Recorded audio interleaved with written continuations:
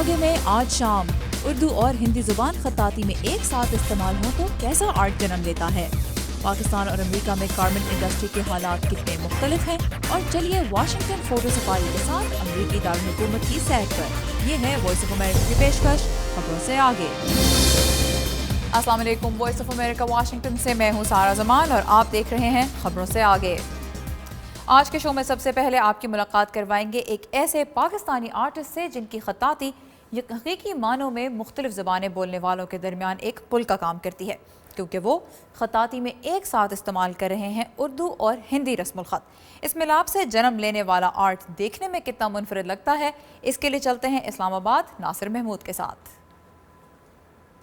अब बज़ाहिर देखें आप, ये दो मुख्तलिफ रस्मुल ख़त हैं। ज़बान एक है, आपने देवनागरी में ये लेफ़्ट से राइट को लिखा जाता है, उर्दू में आपको मालूम है कि राइट से लेफ़्ट को लिखा जाता है। ये लाइन के ऊपर है, उसमें ऊपर लाइन आती है। तो अब इसको जो मैंने कोशिश की है इस तरह लिखा जाए कि जूते को जब लिखें सामरूप रचना कैलीग्राफी में तो वो जूते की शक्ल बन जाए। खत्ताती के बारे में आम तासुर यही है कि ये एक इस्लामी आर्ट है, लेकिन ये फ़न तहरीर दुनिया की तकरीबन हर ज़ुबान और हर खित्ते में पाया जाता है। डॉक्टर सैयद मोहम्मद अनवर भी इसे सिर्फ इस्लामी फ़न तहरीर नहीं समझते और ये साबित करने के लिए उन्होंने एक अछूते अंदाज और नई जहत को मुतारिफ कराया है, जिसमें हिंदी और उर्दू ज़बान को खत्ताती के ज़रिए यकजा करने की कोशिश की गई है। जैसे अब ये है, ये मैंने लिखा है गणेश। गणेश एक देवता हैं, हिंदू इनको देवता मानते हैं, जिनको वो डिपेक्ट हाथी की शक्ल में करते हैं कि इंसानी धड़ है और हाथी का सर है। इसके पीछे हिंदू मैथोलॉजी पूरी एक कहानी है। तो अब ये देखें ना, अब आप इसको, ये गाफ, ये शीन, नून शीन, गणेश। जैसे अब ये सुराही लिखा हुआ है, ठीक है। अब सुरा, स्वाद, रे, है, ये अलिफ है, ये है और ये सुराही, ठीक। इसी तरह ये देवनागरी में सुराही लिखा हुआ है। अगर आप इसको देखें तो ये बिल्कुल सुराही की शक्ल है। मजमूई तौर पर उन्होंने 80 फ़न पारे तैयार किए हैं जो हिंदी और उर्दू के तमाम हरूफ तहज्जी का अहाता करते हैं। फ़न की इस सिन्फ को डॉक्टर अनवर ने साम रूप रचना का नाम दिया है, जो उनके बकौल दुनिया में अपनी नौयत की पहली काविश है, जिसे फ़रोग़ देकर पाकिस्तान और भारत के दरमियान दूरियां ख़त्म करने की कोशिशों को तक़वियत दी जा सकती है। हम जो इस रीजन में जो दूरी है, और समझा जाता है कि एक स्क्रिप्ट किसी एक मज़हब से वाबस्ता है, दूसरी मज़हब से वाबस्ता है, तो ऐसी बात नहीं है। मतलब ज़बान का कोई मज़हब नहीं होता, ज़बान बोलने वाले का जो है वो मज़हब होता है। डॉक्टर अनवर पेशे के एतबार से वकील हैं और अपनी इस नई इख्तिरा से मुख्तलिफ रस्मुल ख़त की हामिल दुनिया की इस वाहिद हम आवाज़ बोली को फ़रोग़ देने की वकालत भी करते दिखाई देते हैं। आप इंडिया की फिल्म्स देखते हैं, यहाँ के ड्रामे वहाँ देखे जाते हैं, 100% समझे जाते हैं। तो अब सिर्फ ये है कि रस्मुल ख़तों की ना जानने की वजह से ये दूरी है। और शायद मतलब उर्दू बोलने या लिखने वाले, जिसको उर्दू आती है, उसके लिए दुनिया में सबसे आसान तरीन ज़बान सीखना जो है रस्मुल ख़त, वो हिंदी है, क्योंकि उसने ज़बान नहीं सीखनी, उसने चंद लेटर्स पहचानने। इसी तरह it's vice versa is true कि अगर जो हिंदी बोलने वाला है वो उर्दू के चंद हरूफ अगर समझ जाएगा तो वो सब पढ़ सकता है। मतलब दूरी जो है ये सिर्फ मिसअंडरस्टैंडिंग है, या वो जो हमारा पॉलिटिकल एक बैकग्राउंड एक इस खत्ते का है उस वजह से है। लेकिन अगर this is the right time कि टू हाईलाइट दिस कि इसकी कोई ज़रूरत नहीं है, ये एक ज़बान है, this is our strength. Doctor Anwar कहते हैं कि लिसानी और मजहबी मनाफरत को फ़रोग़ देने वालों को इस बात को भी यकीनन मद्देनज़र रखना चाहिए कि पाकिस्तान में भी हिंदू बरादरी आबाद है और इनके जज्बात और एहसासात का एहतराम हम सब पर लाजिम है। Nasir Mahmood, Urdu VOA, Islamabad.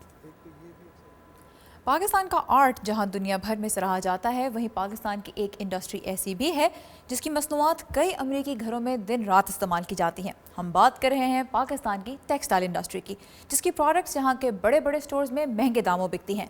All Pakistan textile mills association का कहना है कि कपड़े की सनत की बरामदात से कौमी मईशत को $14 अरब सालाना हासिल हो रहे हैं, जबकि मुल्क के पैदावारी शोबे की 48% अफरादी क़ुव्वत भी इसी इंडस्ट्री से वाबस्ता है। لیکن اس انڈسٹری کے ترجمان کا کہنا ہے کہ ان کے مطابق پاکستان میں جاری توانائی کے بحران کے باعث ایکسپورٹ آرڈرز تیار کرنا اب مہنگا ہوتا جا رہا ہے اور اس لیے وہ وقت پر بھی تیار نہیں ہو پا رہے، اور اسی وجہ سے انٹرنیشنل مارکیٹ میں پاکستان کے لیے مقابلہ کرنا بھی مشکل ہوتا جا رہا ہے۔ ان کا کہنا ہے کہ اگر اس بحران پر جلد قابو نہیں پایا جاتا تو اس صنعت سے وابستہ لاکھوں افراد بے روزگار ہو سکتے ہیں۔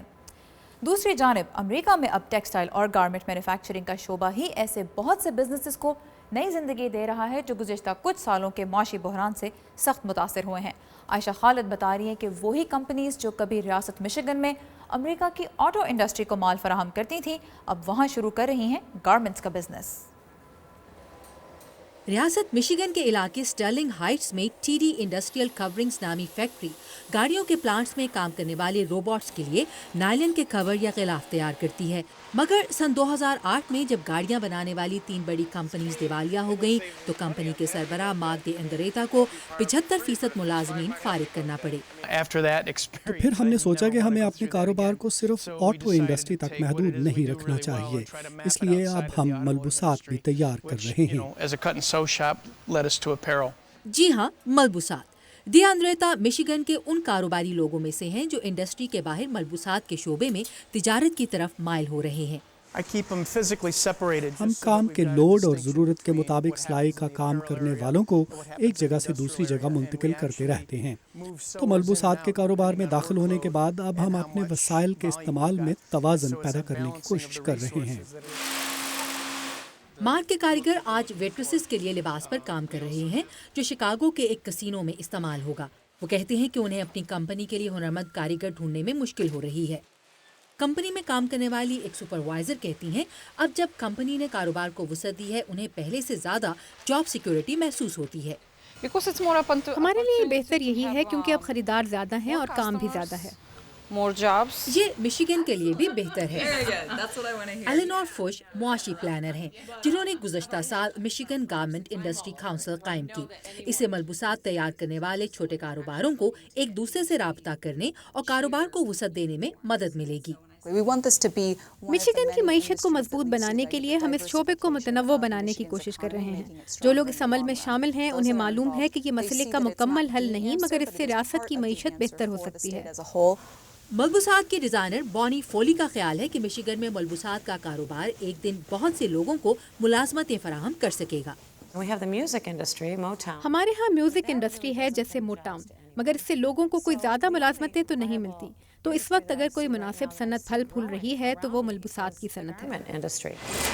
اس ریاست کی معیشت میں ملبوسات کی تجارت کا حصہ $50 لاکھ سے کم ہے، مگر ریاستی حکومت کی کوشش ہے کہ مشیگن کو ایسا صنعتی سینٹر بنایا جائے جو امریکہ میں بنے ملبوسات کے لیے جانا جائے۔ مانا رابع کے ساتھ عائشہ خالد، اردو VOA۔